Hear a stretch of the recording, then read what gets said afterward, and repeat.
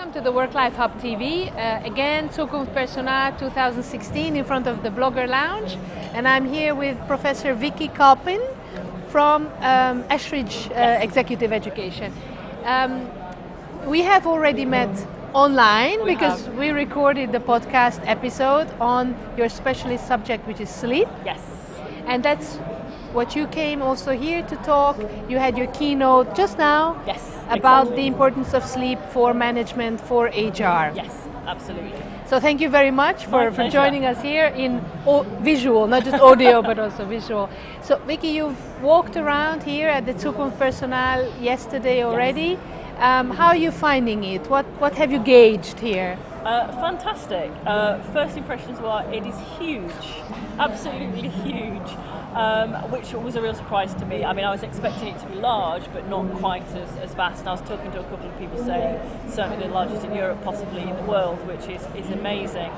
I always try and see what's going on when I wander around, and I think that firstly I've not had a chance to see everything, it is so large, but I think the variety as well, so from the tech, from the startups through to the learning providers and the education specialists, some really interesting keynotes. So yeah, I mean, it's been a bit overwhelming possibly because of the size, but some really fantastic and some cool stuff going on too. Now, it's also interesting because there's of course a lot of focus on cloud and tech and apps, and your subject is very low tech. Yes. And that's about the quality and amount of sleep we need and how management and HR can recognize and support employees and their people in actually getting that quality of sleep. Absolutely, yes, very low tech. We can use some tech to support us, but yeah, very much about the person, about the individual well-being. If anything, tech is maybe an obstacle or a competitor to our sleep. Absolutely, yeah, it certainly gets in the way sometimes, yes. We organized a quiz this morning on employee experience, and we were asking some fun questions, and one of the questions was employees now use their mobile or tech devices to look for new jobs, and where do you think this happens? And actually 41% of people using their tablets or mobiles to search for the job are doing this in bed. Wow. Yeah. Goodness, okay. So you go to sleep and you're looking for a new job. Yes. So maybe if you just want to give me your key message to this HR crowd, Certainly. those who have been here and maybe missed your show talk, or those who couldn't come to Köln. So what is your key message about sleep and about recognizing the importance of sleep? Okay, I think my fundamental key message is that sleep is one of those things that all of us need to do every single day, and it's one of those things that very few of us ever pay attention to, even though it is critical for our health and well-being. So poor sleep can affect us socially, it can affect us emotionally, it can affect us cognitively, and it can affect us physically. So I think it's one of those things that although we do it all the time, we take for granted. And it's one of those things that we erode, so we have less and less sleep to find time to work longer hours, to find time to exercise, to find time to spend with family.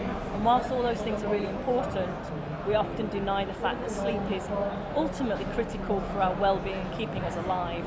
So fundamentally from a HR perspective, I think this is really important because it falls within that remit of well-being of the individual. And yes, it's about an activity they do at home, but the impact of that on their organisational life and then their productivity at work can be huge. We touched upon in our podcast about coping. So would you say that the first step of coping is coping better with the lack of sleep? Or firstly, to acknowledge that this is important, and then how can we foster this environment that makes you have better sleep, but also help you cope with maybe periods of jet lag or all kinds. Absolutely. So professional people can have all kinds of. And I think we have to be pragmatic about it. So yes, of course there will be times when your sleep does suffer. It might be it's a stressful period at work, you're working long hours, you're travelling a lot, and that's okay. It's when that continues and continues and continues and you don't make any changes, that's when the issue happens. So the first thing is, you're absolutely right, it's awareness. Are you aware of what your sleep should be like and what it actually is on a day-to-day level? Do you get the right amount, or are you consistently getting not enough? Is it the right quality? Is it the right quantity? Once you have the awareness of what good looks like, then you can start to think about coping strategies. So absolutely, you know, if you have a terrible schedule for a month, that's okay. Look after yourself, eat well, exercise if you can, and at the end of the month, then go back to your sleep schedule. But if it's going on and it's poor for a long period of time, that's when there starts to be issues. So awareness is the first step, and then thinking about the coping strategies in the short term, but behavioural change to get better quality sleep in the long term. Fantastic. So what would be your, takeaway from these kind of days, which maybe you would integrate into your work or enhance further, or? I think for me the big thing at the moment now is behaviour change. So we talked about tech, and there's some fantastic tech out there that enables us now to be much more aware about what's going on, whether it's the number of steps we take, whether it's the quality of our sleep, whether it's our blood pressure or levels of insulin in the blood. We've got some amazing tech out there. So around the sleep stuff, we now are able to monitor with pretty good accuracy what a good night's sleep looks like for us. What we haven't yet done is then said, so how do we make it better? So the behavioural change piece. And I think that's where HR managers and directors can really play a part, because ultimately they can actually help support sustainable behaviour change. So tech's fantastic, but it's only taking us so far. Fantastic.